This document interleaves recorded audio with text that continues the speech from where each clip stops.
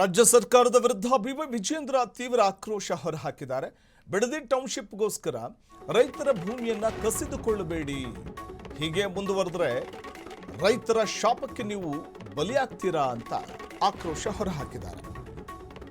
Bidadi township ಯೋಜನೆ ವಿಚಾರವಾಗಿ ರೈತರ ಭೂಮಿಯನ್ನ ಕಸಿದುಕೊಳ್ಳಬೇಡಿ, ಹೀಗೆ ಮುಂದುವರೆದ್ರೆ ರೈತರ ಶಾಪಕ್ಕೆ ಗುರಿಯಾಗ್ತೀರಿ. ಸಿಎಂ ಧೋರಣೆಯನ್ನ ರಾಹುಲ್ ಗಾಂಧಿ ಖಂಡಿಸಲಿ. ಸರ್ಕಾರದ ಈ ಧೋರಣೆ ಖಂಡಿಸಿ ನಾಳೆ ಬಿಜೆಪಿ ಪ್ರತಿಭಟನೆ ನಡೆಸಲಿದೆ. ಬೆಂಗಳೂರಿನ ಫ್ರೀಡಂ ಪಾರ್ಕ್ನಲ್ಲಿ ಪ್ರತಿಭಟನೆ ನಡೆಯಲಿದೆ ಅಂದಿದ್ದಾರೆ. ರಾಜ್ಯದ ಬರ ಪರಿಸ್ಥಿತಿ ಬಗ್ಗೆ ಯಾರೂ ಗಮನ ಹರಿಸ್ತಾ ಇಲ್ಲ ಅಂತ ಕೂಡ ಆಕ್ರೋಶ ಹೊರಹಾಕಿದ್ದು, ಪ್ರಧಾನಿಗೆ ಪತ್ರ ಬರೆದು ಕೈಕಟ್ಟಿ ಕುಳಿತುಕೊಂಡಿದ್ದಾರೆ ಮುಖ್ಯಮಂತ್ರಿಗಳು.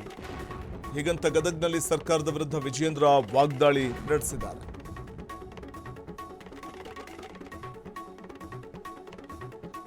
ಬಿಡದಿ ಟೌನ್ಶಿಪ್ ಯೋಜನೆ ವಿಚಾರವಾಗಿ ಬಿಜೆಪಿ ಕೂಡ ತೀವ್ರ ವಿರೋಧವನ್ನು ವ್ಯಕ್ತಪಡಿಸ್ತಾ ಇದ್ದು, ರಾಜ್ಯ ಸರ್ಕಾರದ ವಿರುದ್ಧ ಹರಿಹಾಯ್ದಿದ್ದಾರೆ. ಯಾತ್ರೆನೂ ಕೂಡ ಮಾಡಿದ್ರು. ಹಾಗಾಗಿ ಮಾನ್ಯ ರಾಹುಲ್ ಗಾಂಧಿ ಅವ್ರಿಗೂ ಕೂಡ ತಮ್ಮ ಮುಖೇನ ನಾನು ವಿನಂತಿ ಮಾಡ್ತೇನೆ, ನಿಮ್ಮ ರಾಜ್ಯ ಸರ್ಕಾರ, ನಿಮ್ಮ ಮುಖ್ಯಮಂತ್ರಿಗಳ ಧೋರಣೆಯನ್ನ ನೀವು ಕೂಡ ಖಂಡಿಸಬೇಕು. ಬಿಡದಿ ಅಷ್ಟೇ ಅಲ್ಲ, ರಾಜ್ಯದ ರೈತರ ರಕ್ಷಣೆ ವಿಚಾರದಲ್ಲಿ ತಾವು ಕೂಡ ರೈತರ ಪರವಾಗಿ ನಿಲುವನ್ನು ತೆಗೆದುಕೊಳ್ಬೇಕು. ಇಲ್ಲಿ ಬಂದು ರೈತರಿಗೆ ಧೈರ್ಯವನ್ನು ಕೊಡುವಂಥ ಕೆಲಸ ಮಾಡಬೇಕು ಅನ್ನುವ ಆಗ್ರಹವನ್ನು ಕೂಡ ನಾನು ಮಾಡ್ತಾ ಇದ್ದೇನೆ. ನಾಳೆಯ ದಿನ ಭಾಜಪದ ನಮ್ಮೆಲ್ಲ ಸಂಸದರು, ಶಾಸಕರು, ವಿಧಾನ ಪರಿಷತ್ ಸದಸ್ಯರು, ಹಿಂದಿನ ಎಲ್ಲ ಚುನಾಯಿತ ಪ್ರತಿನಿಧಿಗಳು, ಇವರೆಲ್ಲರ ನೇತೃತ್ವದಲ್ಲಿ ಬೆಂಗಳೂರಿನ ಫ್ರೀಡಂ ಪಾರ್ಕ್ನಲ್ಲಿ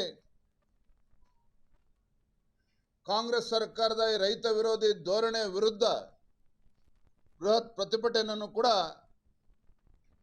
ನಾಳೆ ದಿನ ಹಮ್ಮಿಕೊಂಡಿದ್ದೇವೆ.